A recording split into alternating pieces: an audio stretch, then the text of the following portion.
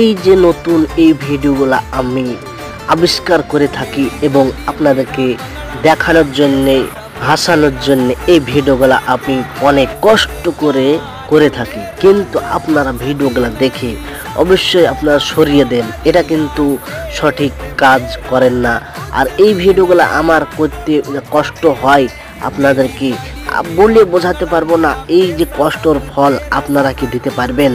না, কখনো দিতে পারবেন না। আর এই যে তারপরে ভিডিওগুলো দেখুন, মানুষ সব এই সব ভিডিওগুলো করছে, আপনারা ভাবছেন যে কি অত সহজেই ভিডিওগুলো হয়ে যাচ্ছে, কিন্তু আমরা যা কষ্ট পরিশ্রম যা করি কেউ তার দাম দিতে পারবে না।